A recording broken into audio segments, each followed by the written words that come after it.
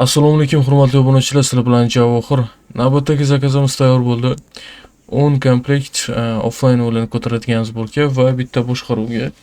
Ya'ni 11 komplekt o'z kompyuterlarni tayyor qilib qo'ydik. Endi Namangan viloyati Yangiqo'rg'on tumaniga olib borib, o'rnatib ishlatib beramiz. Demak, ko'rishda davom eting. Davom etamiz hurmatli tomoshabinlar. Kompyuterlarimizni mana olib kelib bo'ldik.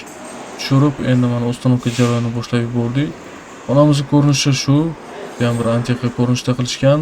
Ruchная работа.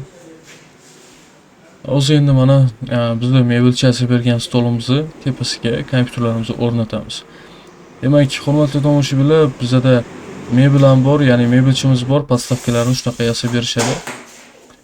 Bular haqida yana отдельный video qilaman. Demak, kompyuterlarimizni почти tayyor qilib bo'ldik, uстановка qilib. Videolarimiz qisqa, shuning uchun sirasi tayyor bo'lgan holatni ko'ryapsizlar. Juda ham bir chiroyli ko'rinishlarda bo'ldi. RGB case'lar bilan RGB qo'yib turmishga, naushnik yonib turadigan ham. Demak, shu tarzda bo'ldi. Demak, hurmatli tomoshabinlar, bu kompyuterlarimizning narxi o'zgarib turadi. Aktual narxi albatta Telegram kanalimizdan bilishingiz mumkin.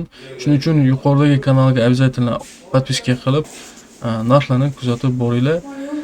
Demak, sizlarga shu tarzda kompyuterlar kerak bo'lsa, bemalol murojaat qilaverasizlar. Butun O'zbekiston bo'ylab shu tarzda olib kelib, uстановка qilib, полный ishlatib beramiz. Arzon narxlarda. Demak, davom etamiz. Kompyuterlarimizning ko'rinishi shu bo'ldi. Demak, kompyuterlar tayyor bo'ldi. Hozir endi programmistlarimiz ish qoldi, ya'ni o'yin programmasini yozib, полный ishlatib berishadi. Demak, hurmatli tomoshabinlar, videolarimiz qisqa. Savollaringiz bo'lsa, kommentariyada qoldiring. Videomiz yoqqan bo'lsa, albatta like bosing. Hozircha sizlar bilan xayrlashamiz. Hammaga xayr.